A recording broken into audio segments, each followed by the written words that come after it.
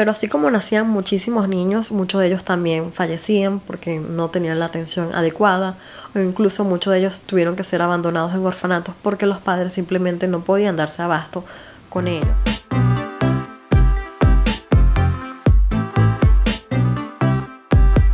Hey chicos, bienvenidos otro día más a mi canal. Yo soy Elizabeth por si todavía no me conocen. Y bueno, el día de hoy vamos a tener nuevamente un caso. Sé que ya tenía como 2 semanas que no subía un caso nuevo, pero aquí está. Sé que normalmente hablamos sobre desapariciones, sobre maltratos, secuestros, homicidios, pero este caso en particular sí tiene mucho de todo eso que hemos hablado en otros videos, pero este en específico se involucra mucho también la política. Y es triste porque nosotros como sociedad, como pueblo, elegimos a las personas que se montan en el poder. Somos los responsables de que esa persona que está dirigiendo el país haga lo mejor posible. Y desafortunadamente el caso de hoy es sobre los casos de los niños del decreto. Y antes de hablarles sobre este decreto como tal, sobre lo desafortunado o sobre lo triste que vivieron y lo terrible que vivieron estos niños, las situaciones tan macabras por las que tuvieron que pasar, yo debo hablarles primero sobre la persona responsable de este decreto, que es Nicolae Ceausescu, que fue un presidente de Rumanía, un presidente comunista. Y sin hablar muchísimo, primero les voy a dar como un breve resumen o una breve biografía sobre la vida de este hombre, para que entren en contexto y entiendan un poco políticamente qué fue lo que él hizo en Rumanía, cómo fue todo su mandato, cómo fue que este hombre ideó tantas ideas locas en su mente para poder crear el decreto sobre el que me voy a enfocar el día de hoy, que realmente es muy triste. Pero bueno, sin más que hablar, sin más que agregar, comencemos con este video. Nicolae Ceausescu nació el 26 de enero de 1918 en Rumanía y era hijo de Alexandrina y Andruta Ceausescu. Cuando Nicolae era tan solo un niño de 11 años de edad, se trasladó a Bucarest para trabajar en fábricas, dejando así sus orígenes campesinos. A comienzos de 1932, ingresó al Partido Comunista de Rumanía, realizando varias actividades ilegales, por lo que fue arrestado en varias ocasiones, entre ellas por altercados en las calles durante huelgas. En los archivos policiales era descrito como un peligroso agitador comunista y distribuidor activo de propaganda comunista antifascista. De esa forma, Nicolae pasó a la clandestinidad, pero nuevamente fue capturado y encarcelado por actividades antifascistas en 1936. Mientras estuvo en prisión, conoció a Elena Petrescu, quien más adelante sería su esposa y quien tendría un rol fundamental en su vida política durante el resto de su carrera. Posteriormente, y estando en libertad, Nicolae tuvo varios cargos importantes que le permitieron ser una figura popular y un líder, permitiendo así llegar al mando de un país. En un principio fue un líder que le dio prestigio a Rumanía en el mundo, pero sus ambiciones no tuvieron límites, sacando así su lado oscuro e irracional. Históricamente fue conocido como un político comunista, presidente de Rumanía y presidente del Consejo de Estado de Rumanía, pero su gobierno se caracterizó por ser un régimen cada vez más brutal y represivo, instaurando incluso un culto riguroso a su personalidad, y también se dio un notable incremento nacionalista y un total deterioro de las relaciones internacionales. Por otro lado, la señora Elena estaba a cargo de la represión. Ella consideraba a todas las personas como sus inferiores, no como gente. El instrumento de la represión rumana era la policía secreta, que era una red de espías informantes que trabajaban a todo nivel social. La policía secreta vigilaba las actividades más privadas del pueblo rumano, incluso torturaban y causaban la miseria de millones de personas. Bajo el mando de Nicolae surgió un decreto donde se prohibía la libertad de expresión. Entre otras cosas, también muchas personas fueron desalojadas de sus viviendas para ser demolidas con la única promesa de que se les daría algo mejor. E incluso por pagar una deuda externa se forzó al pueblo a trabajar muchas horas más sin recibir ni un centavo, causando así mucha más pobreza, racionamiento de luz y escasez de alimentos, por lo que había largas filas para adquirir algún producto. Debido al descontento y la miseria por la que estaban pasando el pueblo de Rumanía, se decidió iniciar una revolución contra el gobierno de Nicolae Ceausescu, pero a su vez el presidente le dio órdenes al ejército de abrir fuego contra las personas que estaban manifestando, y en aquel momento mataron como a 100 personas, que era lo que se estimaba, pero posteriormente se dijo que pudo haber sido hasta 60.000 personas que fallecieron en aquel momento, pero esto permitió que la manifestación se extendiera por todo el país. De ese momento la revolución se extendió por todo el país, dándole fin al gobierno de Nicolai. Mientras esta pareja siguiera con vida, sus simpatizantes seguirían matando gente. Fue así como se realizó un juicio con una sentencia de muerte bajo los siguientes cargos: genocidio de 60.000 personas, daño a la economía, enriquecimiento injustificable y uso de las Fuerzas Armadas en acciones en contra civiles. Ambos fueron ejecutados por fusilamiento en un cuartel militar, y varias de estas escenas fueron transmitidas por la televisión rumana. Básicamente esa es toda la biografía que podemos encontrar sobre Nicolai. Hay muchísimos documentales mucho más extensos que hablan sobre su vida. Después de la muerte de este hombre, muchos medios centran su mirada en este país y se descubre también las pésimas y terribles condiciones en las que muchísimos niños estaban viviendo en los orfanatos. Muchos pensarán que a nivel del mundo hay muchos orfanatos, quizás no todos los niños reciban la atención adecuada, o no todos los niños llegan a ser adoptados, o por muchas cosas que quizás podemos estar pensando. Este decreto realmente es el decreto más horroroso que realmente yo he podido ver, que yo he podido leer. Y este decreto estaba destinado a la creación de una nueva y gran población rumana.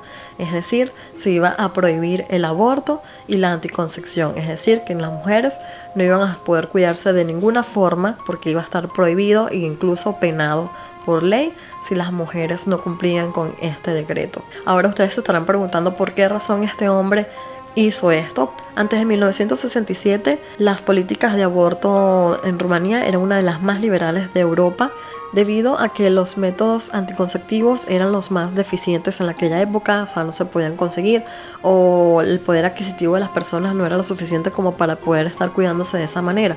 Por lo tanto, las familias se cuidaban de esta manera, o sea, si quedaban embarazadas y el hijo no era deseado, simplemente se abortaba y era legal, se podía realizar.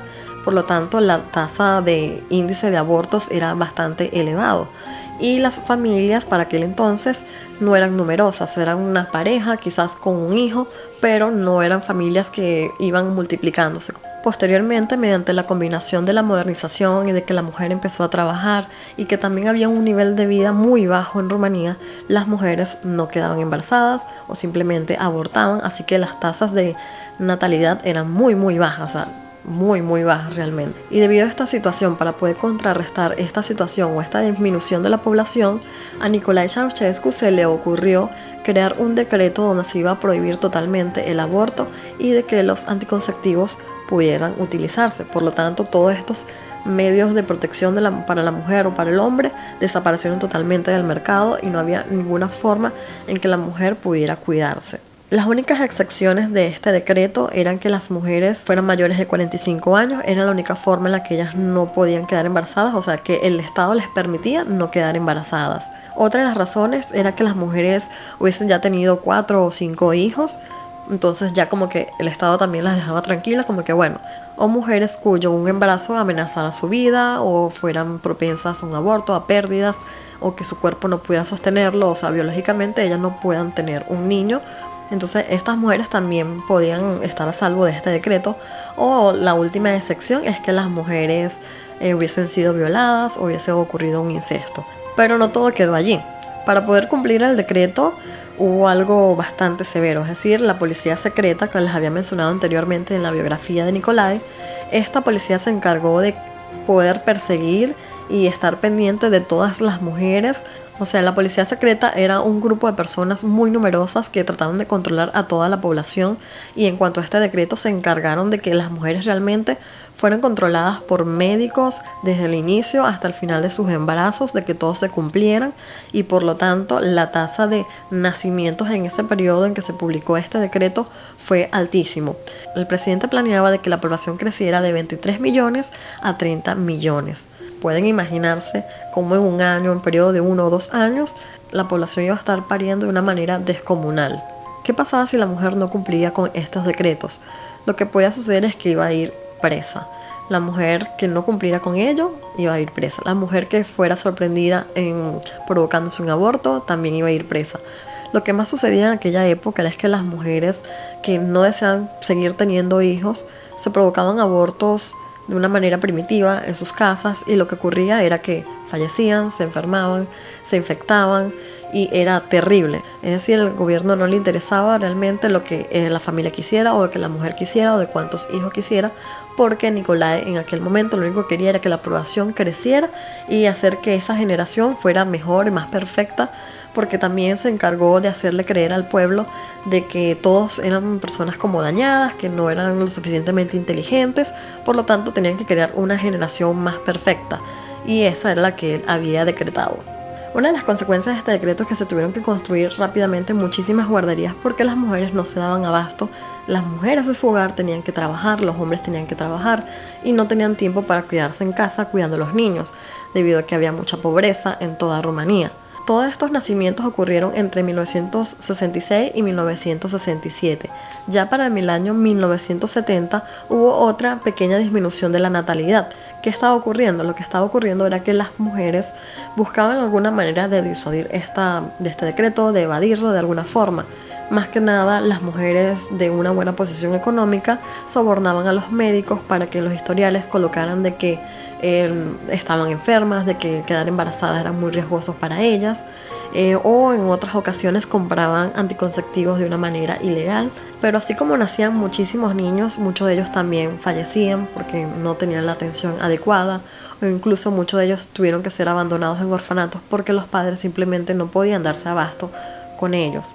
Así fue como también surgieron muchísimos orfanatos donde tuvieron que recibir una gran cantidad de niños de una manera descomunal. Muchísimos de ellos los padres no pudieron cuidarlos y fueron dejados en estos lugares. Y lo más terrible es que en estos lugares fueron maltratados, pasaron hambre, estaban desnutridos, no tenían las condiciones adecuadas. Muchos de ellos tenían que compartir una cuna. En una cuna estaban como 4 niños. No había agua para que pudieran bañarlos, entonces había que ser una sola bañera y ahí bañaban a muchos niños. Muchos de ellos tuvieron que ser criados bajo un sótano, los amarraban, incluso los violaban, los maltrataban. El destino de estos niños que nacieron bajo este decreto fue muy desafortunado, fue muy mal, pero esta realidad no se mostraba a nivel mundial cuando estaba el presidente a cargo, cuando estaba Nicolai. Todo esto se supo después de la muerte de ese presidente comunista. Después de que él fallece, se da a la luz toda esta información, salen a la luz incluso videos, documentales, entrevistas sobre este tema en específico. Muchos de ellos incluso no llegaron a ver la luz jamás del día, y para que los niños no se quejaran o no lloraran por hambre, los anestesiaban para que durmieran, les daban medicamentos para que durmieran y así pasaran muchísimos días. Entonces las condiciones del crecimiento de estos niños fue horrible. También se dio muchísimo el autismo, el retraso mental. Simplemente lo que pensaba Ceausescu para esta generación fue todo lo contrario, porque precisamente no se le dio lo que era necesario, no se le dio una educación, no se le dio un hogar, una familia, un sustento de una manera que toda persona necesita. Por lo tanto, estas personas hoy en día, en la actualidad, muchos de ellos están en las calles vagando, son personas drogadictas, personas que pasaron por violaciones, aunque incluso ahora son ellos quienes violan a las demás personas. Entonces fue algo bien horroroso lo que ocurrió con este decreto. Otra de las cosas que pude leer con respecto a este tema cuando estaba investigando es que hay una posibilidad de que muchos de estos niños fueron utilizados para experimentos, como para probar medicamentos o pruebas para VIH, ya que nadie reclamaba la custodia de estos niños porque muchos de los padres simplemente los llevaban y los dejaban allí. Entonces, ¿qué pasaba? Que eran niños que nadie cuidaba y las personas que estaban a cargo de estos orfanatos no se daban abasto. Entonces simplemente ellas como que tampoco les importaba lo que hicieran con estos niños, y si se los llevaban pues simplemente nadie iba a reclamar por ellos. Eran niños abandonados. Incluso leí una página donde decían que estos niños fueron creados simplemente como animales. Eran niños que no desarrollaron capacidades y que simplemente vivían para comer, para llorar y para dormir y nada más. Hoy en día, nuevamente, el aborto en Rumanía es un procedimiento legal y electivo por las personas, por las mujeres, entre las 14 primeras semanas del embarazo. Me parece que la educación en cuanto al aborto en el país es un tema bastante delicado, porque estuve viendo algunas estadísticas que se dio en el año 2004, donde hubo 216,261 nacimientos vivos, mientras que, por otro lado, en ese mismo periodo hubo 191.000 abortos informados, lo que significa que el 46% de los embarazos informados de ese año terminaron en aborto, es decir, casi la mitad. Entonces me hace pensar de que por toda esta situación que pasó el pueblo de Rumanía, aún sigue existiendo mucho el aborto, a pesar de que ya te puedes cuidar, a pesar de que ya puedes tener acceso a anticonceptivos.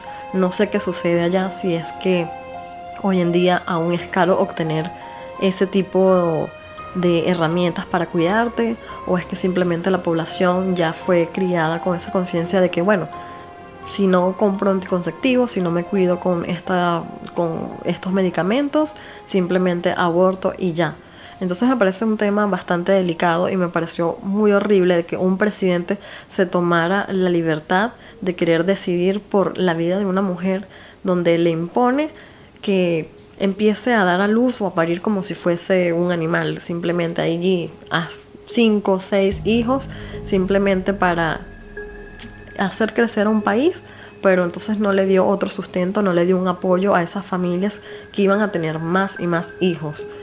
Apartándonos un poco sobre la parte seria de este tema, sobre los niños del decreto, encontré una teoría bastante descabellada, un poco loca, pero quise agregarla en el video porque yo sé que a ustedes les gusta muchísimo el misterio, les gusta saber como que esos cabos que quedan sueltos o esas teorías que andan por ahí rondando, porque nos encanta creer cosas que quizás sí pueden pasar o quizás no.